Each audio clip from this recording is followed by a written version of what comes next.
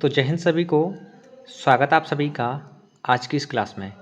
देखिए, इस क्लास में हम कुछ प्रमुख संविधान संशोधन के बारे में जानेंगे जो यूपी पुलिस कांस्टेबल एग्जाम और आरपीएफ के लिए मोस्ट इम्पोर्टेंट रहेंगे।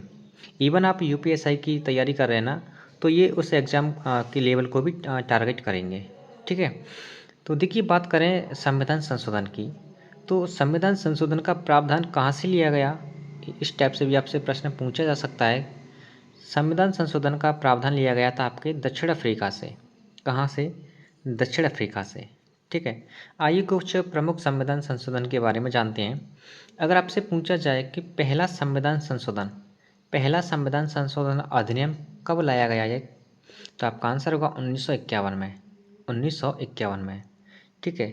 इस अधिनियम के तहत, इस संविधान संशोधन अधिनियम के तहत 9वीं अनुसूची जोड़ी गई संविधान में। ठीक है। और इस अनुसूची में भूमि सुधार कानून लाए गए थे। अब प्रश्न किस टाइप से पूछा जाएगा ये जान लीजिए। आपसे प्रश्न पूछा जा सकता है कि भूमि सुधार कानून किस संविधान संशोधन अधिनियम द्वारा लाए गए, तो आपका आंसर होगा प्रथम संविधान संशोधन अधिनियम 1951 द्वारा। किस अनुसूची में लाए गए, तो 9वीं अनुसूची में। ठीक है।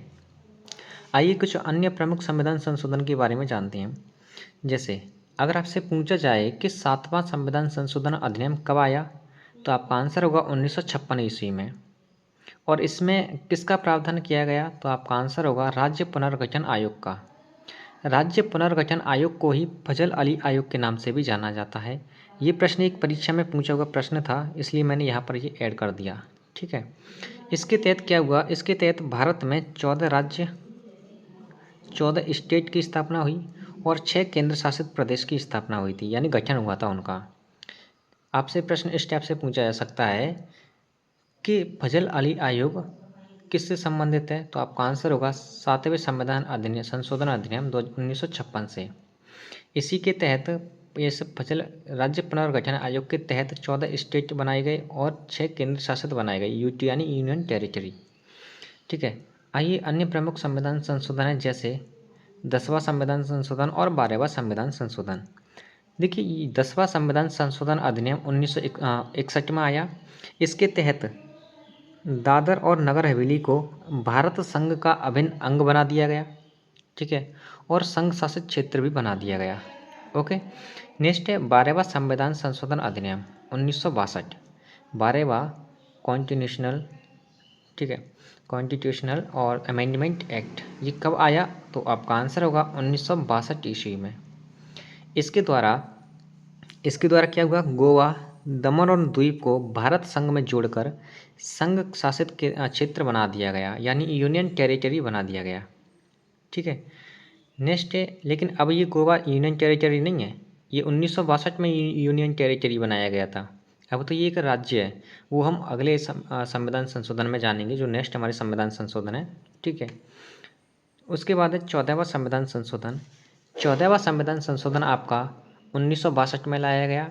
इसके तहत क्या हुआ, इसके तहत पौंडीचेरी को भारत संघ में जोड़कर संघ शासित क्षेत्र बना दिया गया। और जो 13वां संविधान संशोधन अधिनियम था वो भी 1962 में आया। उसके तहत नागालैंड को संघ शासित क्षेत्र घोषित किया गया। ठीक है। नेक्स्ट है 21वां संविधान संशोधन अधिनियम।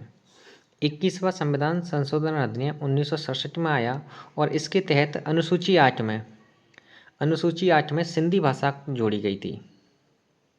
अब ये महत्वपूर्ण इस प्रश्न यहाँ से इस टाइप से पूछा जाएगा कि संविधान की 8वीं अनुसूची में सिंधी भाषा को किस संशोधन अधिनियम द्वारा जोड़ा गया, तो आपका आंसर होगा 21वां संविधान संशोधन अधिनियम 1967 द्वारा।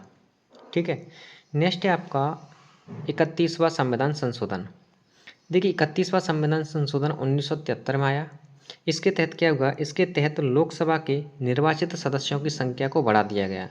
पहले लोकसभा के निर्वाचित सदस्यों की संख्या 525 से 545 कर दी गई थी, लेकिन अब वर्तमान में इसमें कितनी सीटें हैं, लोकसभा में वर्तमान में कितनी सीटें हैं, तो आपका आंसर होगा 888 सीट। कब? 2024 के देखकर 888 सीटें। ठीक है। आइए कुछ अन्य प्रमुख संशोधन को जानते हैं। देखिए, नेक्स्ट है आपका 35वां संविधान संशोधन अधिनियम 1974 में आया ये। इसके द्वारा सिक्किम को इसके द्वारा सिक्किम को भारत संघ का अभिन्न अंग बना दिया गया और इसे असम का सहराज्य बना दिया गया।